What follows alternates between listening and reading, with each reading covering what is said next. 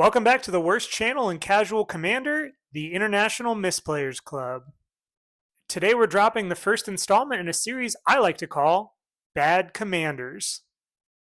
A segment where we build and rebuild underappreciated commanders that still deserve some love in a time of war. So let's have at it with a long overlooked face card from the precons of yesteryear, Nahiri the Lithomancer. Having anything other than a creature in the command zone just feels kind of naughty, and a PG-13 movie ticket to sneak into an R-rated theater kind of way. You're doing something sort of wrong, but it feels so right. I'm of the mind that embracing the blurred lines between the rules of Commander and Magic as a whole is probably the most interesting way to engage with the game and its long history of exceptions and convoluted complexity. Naturally, I was ecstatic with the 2014 introduction of Planeswalker commanders that flew in the face of everything we had previously understood about the command zone and its potential occupants. Moreover, the precons that year gave us some serious slammers like Duretti and Teferi. Even Freyalise is an incredible toolbox in the command zone for green. But I'm not here to talk about any of those. We're taking a seat in the cuck chair of Magic with Mono White to talk about Nahiri the Lithomancer. Every sword guy's dream girl. Nahiri is the real reason we studied the blade while you were out partying.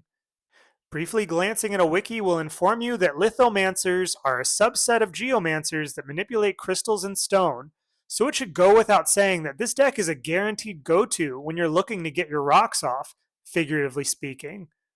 Nahiri does three things, and one could argue any one of those things can be accomplished with far greater ease using other legends, but she does all three, so we are grateful and continue to stand.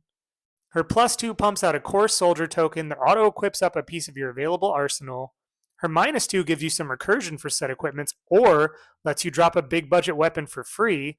And finally, her ult drops an indestructible +5/+5 double strike sword that equips for 0 and is notably non-legendary if you wanted to, I don't know, double the token. The soldiers give us modest if not underwhelming protection for our commander. The recursion is great to retrieve a key piece that's been blasted away mid-game, and the ult has some utility for what we're trying to accomplish in the endgame. But before we get into that, let's take a look at how we flesh out the deck's utility pieces. Drawing cards has historically been rough in mono white, but we've got a few options in our toolkit. We're getting gains on our core soldiers deploying from Nahiri with cards like Caretaker's Talent, Takeshia's Welcome, Enduring Innocence, and Welcoming Vampire. We can also insta-equip a token to Skull Clamp to murder it for 2 free cards. SRAM and Pure Steel fill our hand the more we dump out our war chest of equipments. And finally, we run just about every equipment tutor we can muster in white with Stoneforge, Stonehewer, Enlightened Tutor, Steel Shaper's Gift, and Guardian Sunmare to fish out the smaller CMC options, including all our favorite swords. Ah yes, Ramp, another notable weakness in mono white. We're leaning heavy into our mana rocks here with the Soul Ring, Arcane Signet, Mind Stone, Marble Diamond, Thought Vessel package you can expect from a monocolored deck. But we're also running Strixhaven Stadium as a rock/win condition, or should I say lose condition, for one player. Staff of Completion is great when you're not looking to proliferate. We could also generate ramp with cards like Sword of the Animist, Bitterthorn, and Sword of Hearth and Home. Glistening Sphere is in here again for the proliferation of loyalty and light poison, but could easily be swapped out for something better. We're running Liquimetal Torque as cheap ramp, yes, but more so as part of a backup plan for the deck's ultimate goal. If you're going big brain bank account on this one, you can toss in the Mana Vault, or hold your breath for the unban announcement for Lotus and Crypt, I guess. Fast mana is great for decks like these because 5 mana can be steep in mono white.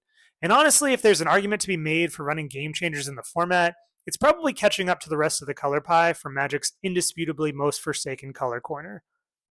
Okay, so hear me out. Typically mono white really pulls ahead in this particular category, but I'm more of a glass cannon, throw caution to the wind, see what you can get away with deck builder, so I lean away from running as much interaction as I probably should.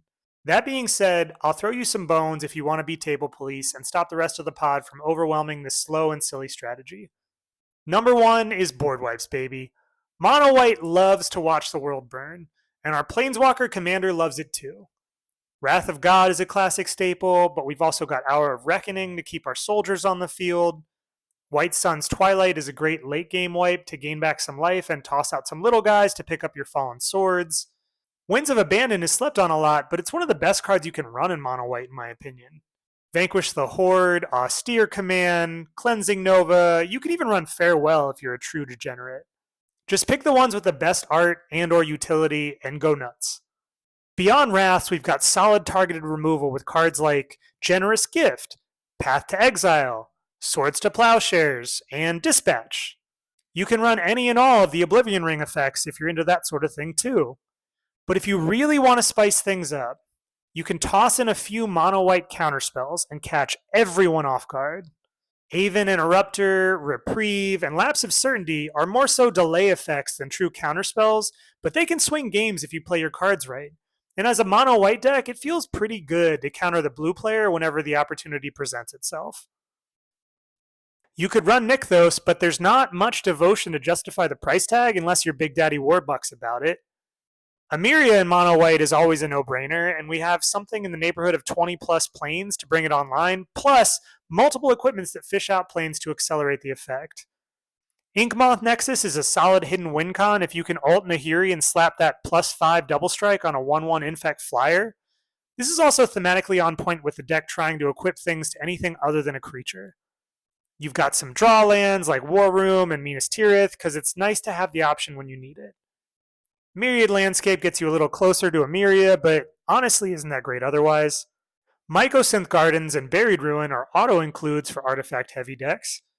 Castle Ardenvale and Mirex to make some fodder for Skull Clamp and attack effects. Rogue's Passage to make your big baddie unblockable, of course. And finally, Karn's Bastion to push up those loyalty counters, along with the small handful of infect damage we've sprinkled in. You can also run Ancient Tomb in this deck, and you should if you have $1 million. Now you may say a Planeswalker in the command zone, that locks me out of commander damage in a Voltron deck. Well, not necessarily. Our win con is more accurately what I like to call a grin con, as it won't necessarily close out a game, but instead aims to usher in a feeling of prosperous mirth and wonder to an otherwise bland and repetitive experience.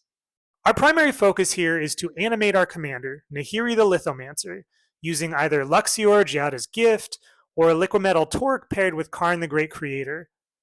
Once we've achieved this modest goal, we are ready to implement our deviant designs. Using one of our many equipment tutors, or just lucky card draw, we fish out the Aetherspark. We play the Aetherspark. If this resolves, we move to equip the Aetherspark to Nahiri.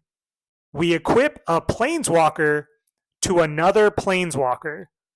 And just like that, we ascend the paltry rules of magic to achieve that ethereal, otherworldly enlightenment beyond the laws of man and science.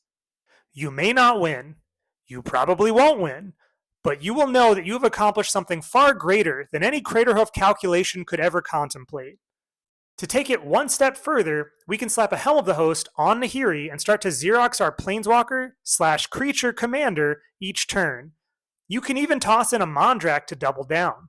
And should you tire of the novelty in equipping a Planeswalker to a Planeswalker, you can always slap that Luxior on the Aetherspark and instead start equipping your equipments to an equipment. All that being said, if you manage to accomplish these impressive feats, it becomes fairly accessible to swing in for commander damage by way of trample or sword-based protection. You can actually kill players with commander damage from a Planeswalker. Checkmate, atheists. And that's about it for today. Let us know what you think in the comments. What's your favorite GrinCon? What color should we do next? What meaning or purpose can be found within our brief and uncertain collective experience with human consciousness?